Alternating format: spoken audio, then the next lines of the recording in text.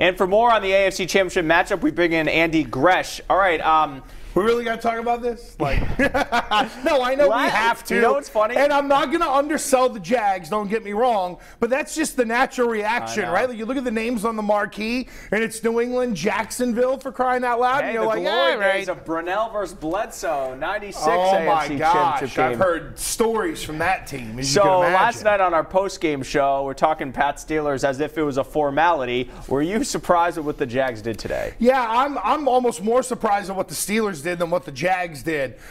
You asked me last night, what is a good performance for Blake Bortles? And we saw it today. It was like 14 of 26, made some big throws down the field. They had a couple of turnovers that went their way. I thought Jacksonville for a while really won the battle of the field position in that one, Yianni. And yeah, look, Jacksonville, we know they can run it. We know they're going to do that with Fournette. But their defense was leaky today. And yeah, Steeler receivers, even Le'Veon Bell, made a lot of great catches. Right. But that defense was softer on the back end than I thought they were going to be. Everyone says they can get to the quarterback, something the Titans didn't do last night. Are you worried about them getting to Brady? Well, I am, because they have guys who can win one-on-one battles. And you start with Calais Campbell, who really deserves a double team on the inside.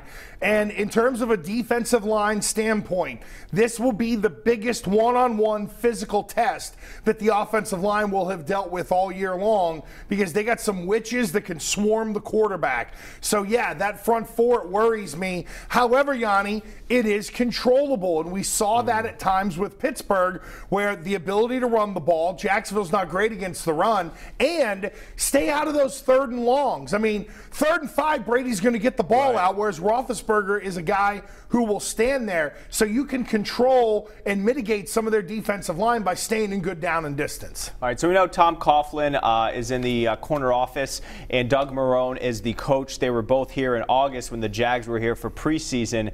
With those two guys in mind, they're not going to make a lot of mistakes, shoot themselves in the foot. No. A lot of what Patriot opponents do when they come into Gillette. Do you think that really starts at the top and is funneled down? Yeah, I do. And look, Tom Coughlin is a guy who for years has been, you know, if there's a meeting, you're 15 minutes early, and that means you're really 5 minutes early. He has that kind of discipline about him. But look, you still got to go out there, and they can't physically go do it for the players. They can hammer it in their head. They can tell them not to do things. But what happens if they get frustrated? What happens if it gets tilted? Look, I thought last night, as soon as New England went up 14-7, you could see the look in the Tennessee defenders. There's a lot of holding their heads, and it was like, all right, well, they passed us, and now it's over. And it's going to be hard for Jacksonville to fight that feeling, regardless of how much bravado they come in with. Derrick Henry had such a good game in Kansas City, didn't do much against the Pats. If Fournette doesn't get going early for the Jags against the Pats, will they stay with him? Yeah, because they really have nothing else to go to, Yianni. I know T.J. Yeldon caught a ball out of the backfield, made a big play today.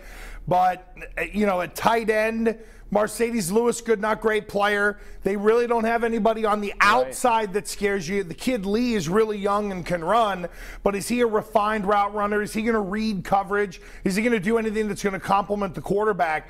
It's very simplistic in Jacksonville. So, Yianni, it's about the fight. And it's really going to be about the Patriots defense. It's not so much about scheme.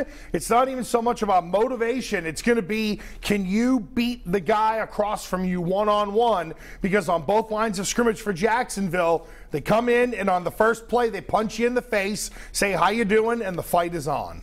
All right, just getting started with Andy Gresh. Coming up after the break, Ruthie Polinsky with a report from Foxborough, plus Gresh's thoughts on last night's big Patriots win. Much more from the Patriots Wrap coming up right after this.